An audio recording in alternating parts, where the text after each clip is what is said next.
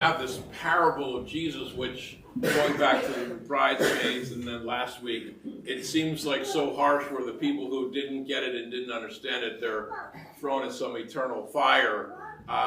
That's not to be taken literally. But so today we celebrate the feast of Christ the King.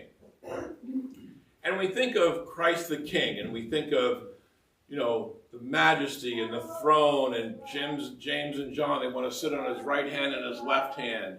And Jesus is the all-powerful, the almighty, the Lord. And you often see a lot of churches come and worship with us. Let's worship this King. Let's worship Jesus Christ. But who is this King? Who is Jesus? What is Jesus really all about? What is his kingdom all about? And again, I want to say this: when you hear the word kingdom, another word for the kingdom is realm, or again, a state of being. So when Jesus says the kingdom of heaven is within you, the kingdom of heaven isn't a place you go to; it's a state of being that you come from. So the kingdom is a realm or a state of being that you come from. And Jesus so beautifully and so powerfully demonstrates this kingdom, this realm, this state of being.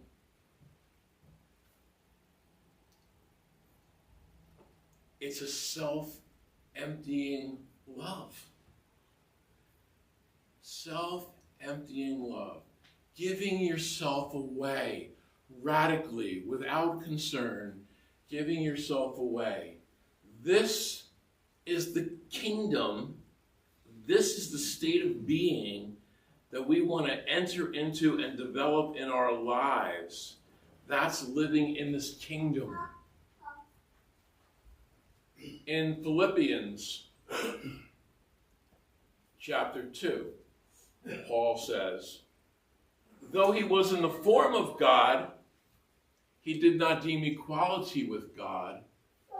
Rather, he took the role of a servant, emptying himself and giving himself away to everyone that he met.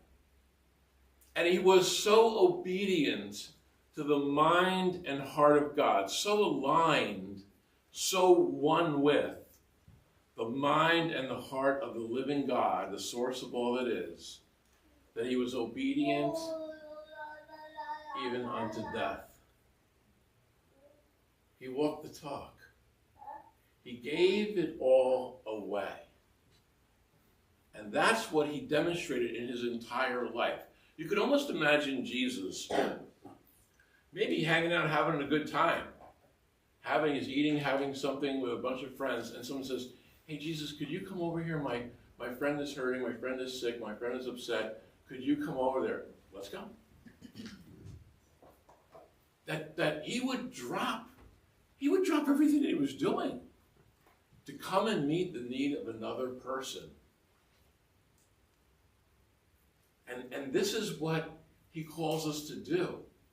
It's very easy. I remember the Trinity Church down here. I went there for a while.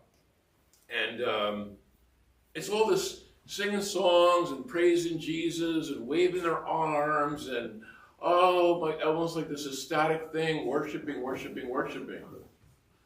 He's like God. Does he need to be worshipped? No. He's not interested in that. That's almost easy. That's easy to worship. What's difficult and what's challenging is to give our love away. To come out of ourselves and to be there in the lives of other people. Jesus was never about himself. Jesus was always about everybody else. He came from this place. He came from this state of being. And what I'd like to talk about as we move into Advent the next couple of weeks, how did he do it? How was Jesus able to do this and to be this way? Well, we could say, well, he was Jesus. I mean, he was the Messiah, and he had this natural sense about himself. I think he developed it. I think he could develop it just like he calls you and I to develop it. And what did he do? Jesus goes off to a quiet place to pray, to be off by himself.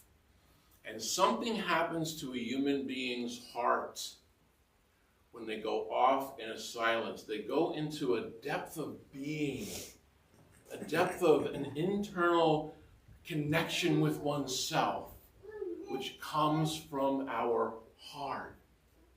When we're in our mind, we live in fear, right? The world today, it's bonkers, right? And the way, when you start getting worried, you start thinking, and then your mind goes off to the races, called, anxiety and panic attacks and things like that. But, or, even depression, you start thinking about something negatively over and over and over and over again, and you become depressed. So the mind influences the emotion. The thinking creates the emotion. But if we come from the heart, which is the center of who you are, there is an intelligence beyond the mind. And there's something about coming from the heart that is only developed in silence. That we come from this intuitive place inside of ourselves. What's the most loving thing to do? Not what's the smartest thing. What's the most loving thing to do? How can I give? How can I contribute? We have Fran and so many people help with the giving away the Rosalie's Kitchen with the food. And we have a clothing drive, and we want to walk the talk. We want to live that by giving ourselves away to people who need help. Obviously, that's part and parcel of our Christian faith. But you don't say, well, let me give this can of food or let me give this clothing because, let's start doing it. No. You do it because it comes from a natural place inside of you. It comes from within your heart. And this is Jesus. He didn't think about it. Somebody wanted something from him, boom, he just got up and did it. He was always coming from a place of, how can I be there for you? You can almost imagine that if we were to meet Jesus in this body, he'd look you right in the eye. He would be totally present. He would listen to what you're saying. You would feel like you were the only person on the planet Earth when he was with you, because he was totally attentive and present to that person. That might be an interesting thing to practice, is like, ask the people in your life, how well do I listen? Do you think am I a good listener? Do I listen to you? Or do you think maybe because the research is we're kind of preoccupied with ourselves, and we're preoccupied with what we're going to say in response to the other person. So we're listening, but we're like, all right, the minute your lips come together, boom, I'm coming in there with what I want to say. So you're relating to that. So, right, that's what we do, right? So our natural inclination is to be like what you might going to call egocentric. Like if we're all looking at this room, we're all looking at this, we look for it from our vantage point. Where when you think of like love and empathy different than sympathy is you feel sorry for somebody. Empathy is you actually develop the ability to enter into what it must be like being the other person. How do they feel? And to enter into that. So the call of Christ is not to worship him. The call of Christ really is nothing less than transformation, to becoming a brand new person. As Paul says, put on the mind of Christ. That's what we want to do, right? Einstein says, I want to know the mind of God. I want to know the mind of God. The mind of God demonstrated and manifested in Jesus is a self-emptying love, giving it all away. Remember when he changes the water into wine, and there's like 6 cisterns that all have 30 gallons? So he makes 180 gallons of wine. Right? And not yellowtail. I mean, I'm talking like some good stuff. But it's like an abundance. It's more than is needed. Multiplication of the loaves and fishes. I mean, as the story goes. I mean, look at this in terms of parabolically, but the story is there's stuff left over. He just gives and gives and gives and gives it away. Becomes obedient even to death on a cross. You know, think about it, why would God go to a cross? Now, classic Christianity is, well, God went to a cross to forgive our sins, to be tortured and crucified, and then some deal was cut with, I don't know who, to forgive sins. I don't know.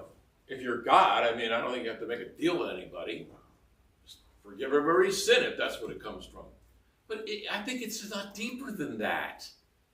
He gives his life away on a cross because he's demonstrating this is what he wants us to do. Not to worship him, but to give our lives away to other people. So I wonder if we could just listen to this song for a little bit and put your eyes on Jesus Christ.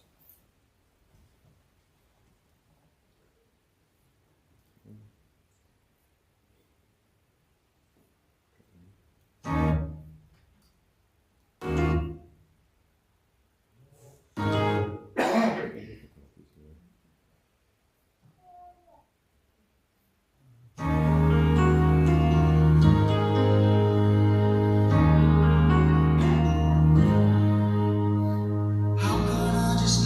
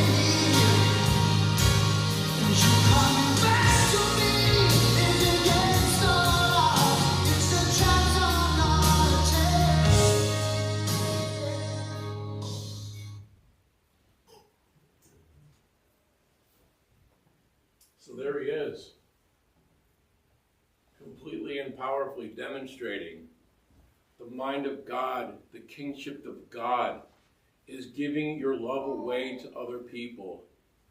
And he goes all the way to obedience of death on a cross. Because he says to us this morning, I go to a cross, I give my life away. It's the chance I gotta take. It's against all odds for us to embrace the message of Jesus Christ. This is what Christ is the king of. This is what he wants to be the king with you. He wants to be the king of your heart. And he's willing to do anything to transform our heart. It's against all odds, but it's the chance he had to take.